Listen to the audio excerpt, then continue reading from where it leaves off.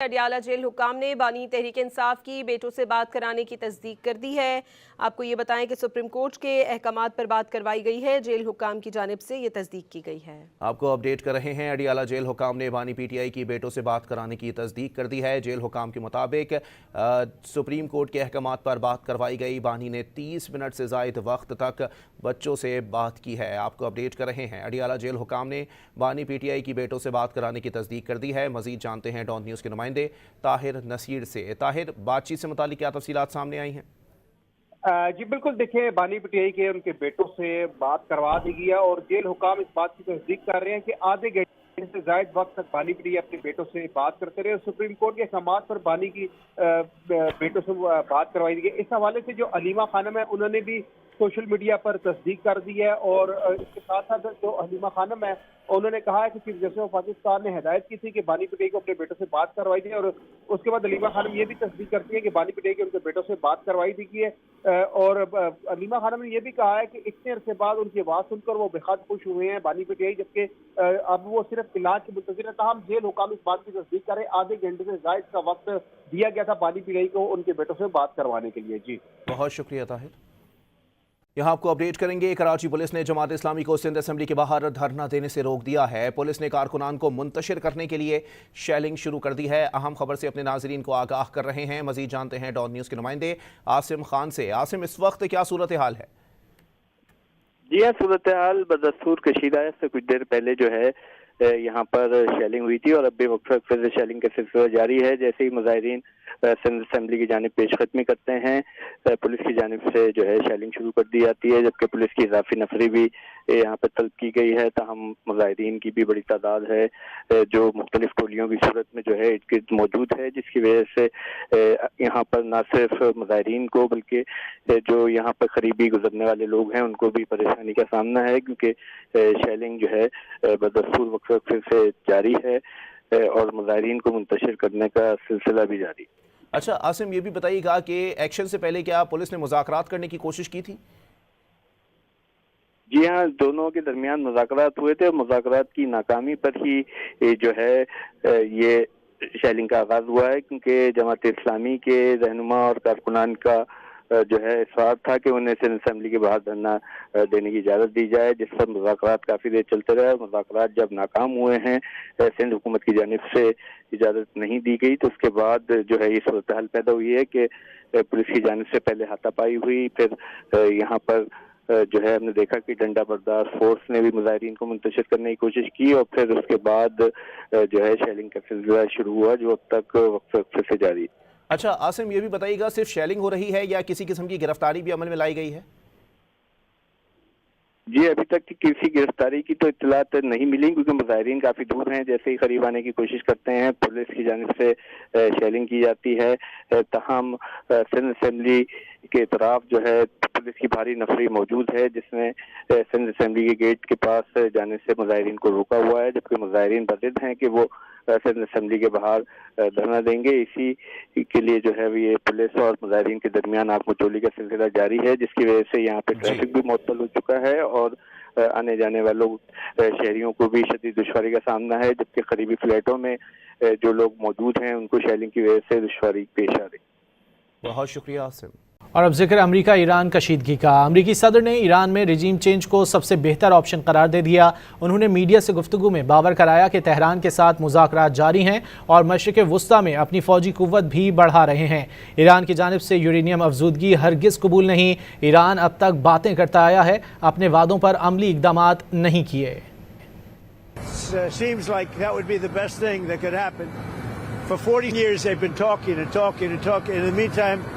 We've lost a lot of lives while they talk, and legs blown off, arms blown off, faces blown off.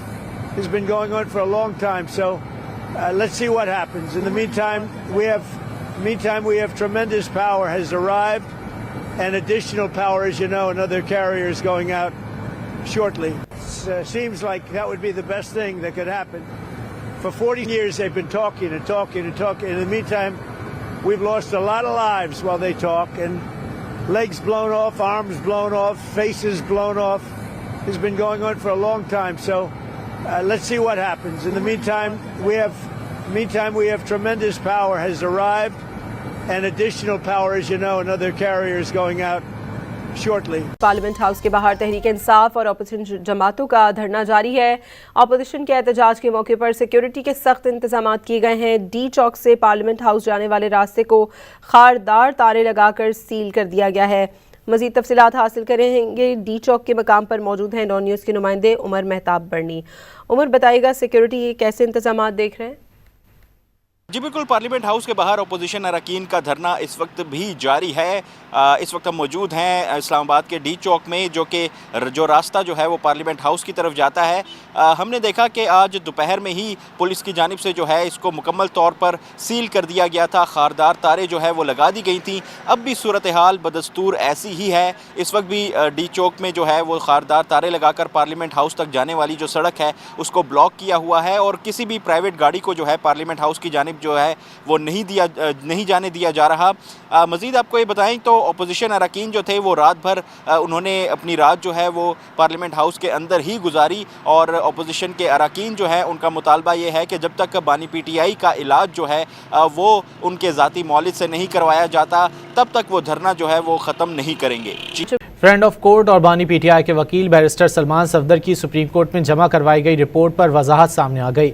Media से गुफ्तगू में उन्होंने कहा कि उनकी कोई चीज़ ऐसी नहीं जो समझ ना आए। बानी PTI ने उन्हें इंटरव्यू में बताया कि पिम्स अस्पताल के डॉक्टर्स ने टेस्टों के बाद बताया कि उनकी 85% बीनाई जा चुकी है। जो रिपोर्ट की कोई ऐसी चीज़ नहीं है जो समझ ना आए, कोई ऐसा एस्पेक्ट नहीं है, इट इज़ सेल्फ एक्सप्लेनेटरी। मैंने 2 दफ़ा एक जुमला पहले बोला था, the report speaks for itself. Interview में उन्होंने क्या बताया और उस इंटरव्यू में उन्होंने बताया कि उनको पिम्स हॉस्पिटल ने वो टेस्ट और रिसर्च करने के बाद बताया कि आपकी आंख की बिनाई 15। जो रिपोर्ट की कोई ऐसी चीज़ नहीं है जो समझ ना आए, कोई ऐसा एस्पेक्ट नहीं है, इट इज़ सेल्फ एक्सप्लेनेटरी। मैंने 2 दफ़ा एक जुमला पहले बोला था, the report speaks for itself. Interview में उन्होंने क्या बताया और उस इंटरव्यू में उन्होंने बताया कि उनको पिम्स हॉस्पिटल ने वो टेस्ट और रिसर्च करने के बाद बताया कि आपकी आंख की बिनाई 15। जो रिपोर्ट की कोई ऐसी चीज़ नहीं है जो समझ ना आए, कोई ऐसा एस्पेक्ट नहीं है, इट इज़ सेल्फ एक्सप्लेनेटरी। मैंने 2 दफ़ा एक जुमला पहले बोला था, the report speaks for itself. Interview में उन्होंने क्या बताया और उस इंटरव्यू में उन्होंने बताया कि उनको पिम्स हॉस्पिटल ने वो टेस्ट और रिसर्च करने के बाद बताया कि आपकी आंख की बिनाई 15। जो रिपोर्ट की कोई ऐसी चीज़ नहीं है जो समझ ना आए, कोई ऐसा एस्पेक्ट नहीं है, इट इज़ सेल्फ एक्सप्लेनेटरी। मैंने 2 दफ़ा एक जुमला पहले बोला था, the report speaks for itself. Interview में उन्होंने क्या बताया और उस इंटरव्यू में उन्होंने बताया कि उनको पिम्स हॉस्पिटल ने वो टेस्ट और रिसर्च करने के बाद बताया कि आपकी आंख की बिनाई 15। जो रिपोर्ट की कोई ऐसी चीज़ नहीं है जो समझ ना आए, कोई ऐसा एस्पेक्ट नहीं है, इट इज़ सेल्फ एक्सप्लेनेटरी। मैंने 2 दफ़ा एक जुमला पहले बोला था, the report speaks for itself.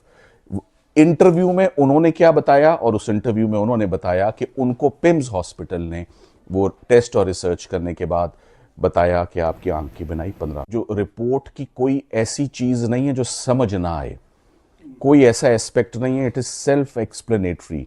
मैंने 2 दफ़ा एक जुमला पहले बोला था, the report speaks for itself. Interview में उन्होंने क्या बताया और उस इंटरव्यू में उन्होंने बताया कि उनको पिम्स हॉस्पिटल ने वो टेस्ट और रिसर्च करने के बाद बताया कि आपकी आंख की बिनाई 15। जो रिपोर्ट की कोई ऐसी चीज़ नहीं है जो समझ ना आए, कोई ऐसा एस्पेक्ट नहीं है, इट इज़ सेल्फ एक्सप्लेनेटरी। मैंने 2 दफ़ा एक जुमला पहले बोला था, the report speaks for itself. Interview में उन्होंने क्या बताया और उस इंटरव्यू में उन्होंने बताया कि उनको पिम्स हॉस्पिटल ने वो टेस्ट और रिसर्च करने के बाद बताया कि आपकी आंख की बिनाई 15। जो रिपोर्ट की कोई ऐसी चीज़ नहीं है जो समझ ना आए, कोई ऐसा एस्पेक्ट नहीं है, इट इज़ सेल्फ एक्सप्लेनेटरी। मैंने 2 दफ़ा एक जुमला पहले बोला था, the report speaks for itself. Interview में उन्होंने क्या बताया और उस इंटरव्यू में उन्होंने बताया कि उनको पिम्स हॉस्पिटल ने वो टेस्ट और रिसर्च करने के बाद बताया कि आपकी आंख की बिनाई 15। मशरिक़ वस्ता में एक और जंग के बादल मजीद गहरे हो गए। अमरीका की जानिब से ईरान पर जल्द जंग मुसल्लत किए जाने का खदशा पैदा हो गया है। अमरीकी दिफाई हुक्काम ने कई हफ्ते तवील जंग के लिए तैयारियां जारी होने का दावा कर दिया। रॉयटर्स से बात करते हुए अमरीकी दिफाई हुक्काम ने बावर कराया कि सदर डोनाल्ड ट्रंप का हुक्म मिलते ही पहले से ज़्यादा शिद्दत से कार्रवाई की जाएगी। अमरीका इस बार ईरान का सिर्फ जौहरी इंफ्रास्ट्रक्चर ही नहीं बल्कि स्टेट और सिक्योरिटी तंसीबात को भी निशाना बनाएगा। दूसरी जानिब पासदारान इनकलाब का कहना है कि अमरीका ने हमला किया तो किसी भी अमरीकी फौजी अड्डे को निशाना बनाया जाएगा। खबर एजेंसी के मुताबिक अमरीका के उर्दन, कुवैत, सऊदी अरब, कतर, बहरीन, यूएई और तुर्की में मौजूद फौजी अड्डे तबाह किए जाएंगे। मशरिक़ वस्ता में एक और जंग के बादल मजीद गहरे हो गए। अमरीका की जानिब से ईरान पर जल्द जंग मुसल्लत किए जाने का खदशा पैदा हो गया है। अमरीकी दिफाई हुक्काम ने कई हफ्ते तवील जंग के लिए तैयारियां जारी होने का दावा कर दिया। रॉयटर्स से बात करते हुए अमरीकी दिफाई हुक्काम ने बावर कराया कि सदर डोनाल्ड ट्रंप का हुक्म मिलते ही पहले से ज़्यादा शिद्दत से कार्रवाई की जाएगी। अमरीका इस बार ईरान का सिर्फ जौहरी इंफ्रास्ट्रक्चर ही नहीं बल्कि स्टेट और सिक्योरिटी तंसीबात को भी निशाना बनाएगा। दूसरी जानिब पासदारान इनकलाब का कहना है कि अमरीका ने हमला किया तो किसी भी अमरीकी फौजी अड्डे को निशाना बनाया जाएगा। खबर एजेंसी के मुताबिक अमरीका के उर्दन, कुवैत, सऊदी अरब, कतर, बहरीन, यूएई और तुर्की में मौजूद फौजी अड्डे तबाह किए जाएंगे।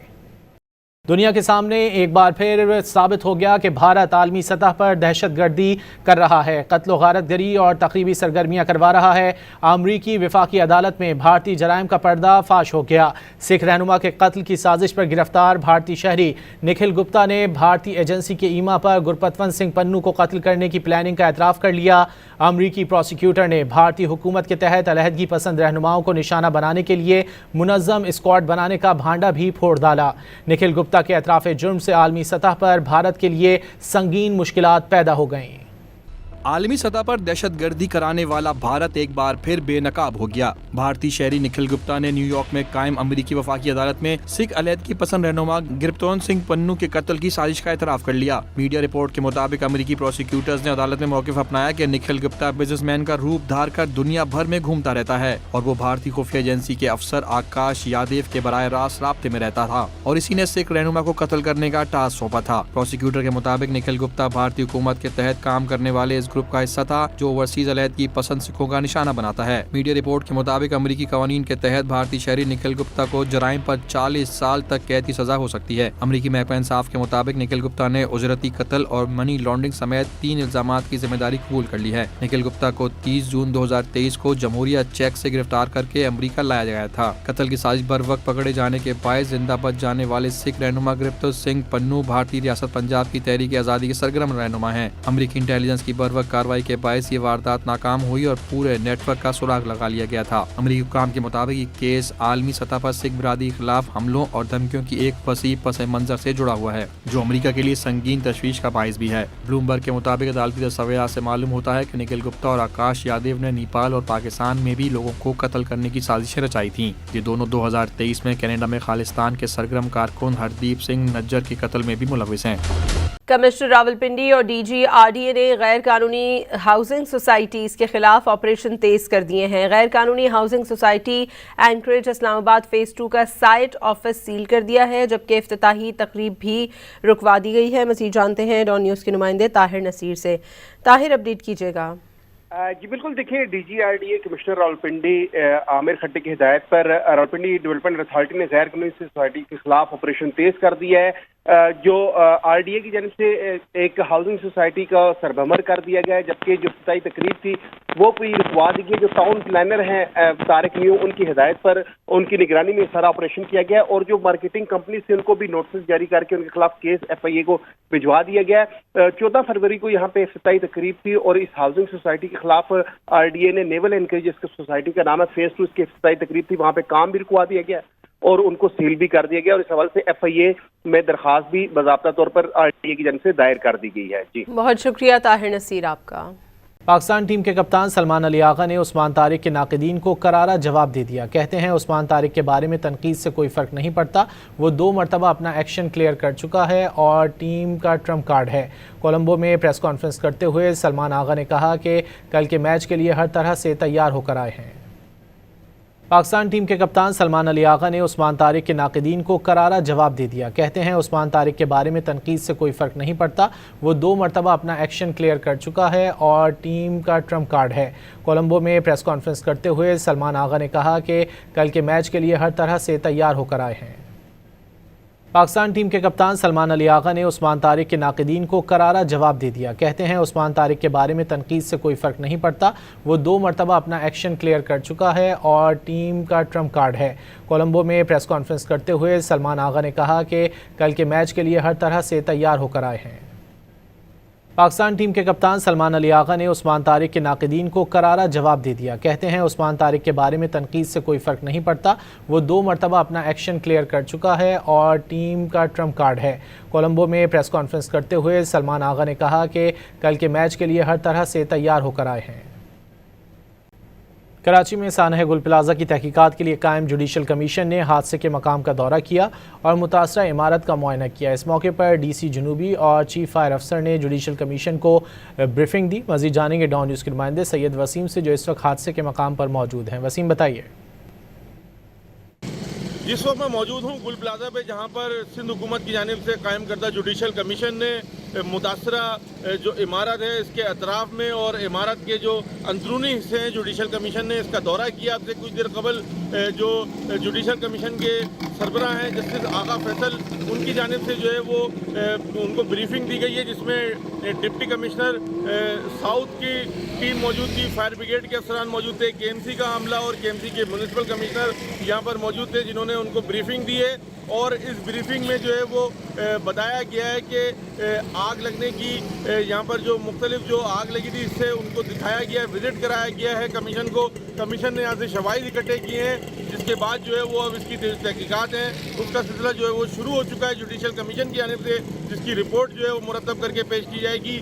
लेकिन अभी यहाँ पर जो है वो दौरे के मौके पर जो है वो इंतजामात के हवाले से जो ट्रैफिक की रवानी है वो दोबारा से हमने देखा कि यहाँ पर ये एक ऐसा हादसा पेश आया था। अभी भी मज़ीद यहाँ पर बड़ी इमारतें मौजूद हैं जहाँ पर लोग बड़ी तादाद में विजिट करते हैं, लेकिन ट्रैफिक की सूरत हाल यहाँ पर चूँ की तूँ है। अभी भी जो है वो MA जिन्ना रोड पर और अतराफ़ की जो गलियाँ हैं वहाँ पर ट्रैफिक की बदतरीन सूरत हाल है, शदीद ट्रैफिक जाम था। और यहाँ पर उस जुडिशल कमीशन ने इस बात का भी मुआयना किया कि यहाँ पर जो अभी तक सूरत हाल है ट्रैफिक की और जो दीगर यहाँ पर मसाइल हैं सड़कों के, उसके हवाले से भी यहाँ पर जो है वो तमाम जो अपने पास उन्होंने रिकॉर्ड जो है वो इकट्ठा किए हैं। और 17 जनवरी को ये अफसोसनाक वाक़या जो पेश आया था, इसके हवाले से जुडिशल कमीशन कायम हुआ था। जुडिशल कमीशन ने जो है वो आज यहाँ पर इमारत का दौरा किया है और यहाँ से शवाहिद इकट्ठे किए हैं। जी, पाकिस्तान और भारत मैच के लिए शायकीन क्रिकेट का जोश खरोश उरूज पर पहुंच गया है। विहाड़ी में कौमी परचम उठाए बच्चों और बड़ों ने कौमी खिलाड़ियों से जीत की उम्मीदें लगा ली हैं। मजीद जानेंगे नुमाइंदे शफकत टप्पी से। शफकत, बताइए। बिल्कुल T20 का बड़ा टाकरा होने जा रहा है। पाकिस्तान और भारत रवायती हरीफ हैं, हमेशा ही उनका सनसनीखेज मुकाबला याद होते हैं। इसी हवाले से छोटे बड़े बच्चे सब बुजुर्ग जोशो खरोश में और पाकिस्तान जीत के लिए दुआएं भी कर रहे हैं। हमारे साथ रिव्यू मौजूद है जो आज फैसला करेगा कौन जीतेगा। आइए हम इनसे देखते हैं हमारा रिव्यू क्या फैसला करता है। अभी पकड़ो जी, बिल्कुल अभी हम इसको देखते हैं इस हवाले से क्या कहते हैं, हमारा रिव्यू क्या फैसला करता है। बच्चे बड़े सब जोशो खरोश में, देखते हैं रिव्यू फैसला क्या करता है। जी,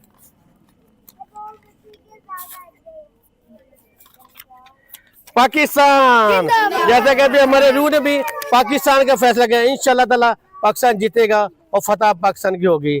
पाकिस्तान साबिक भारतीय अंपायर अनिल चौधरी ने उस्मान तारिक के बॉलिंग एक्शन और पॉज को कानूनी करार दे दिया।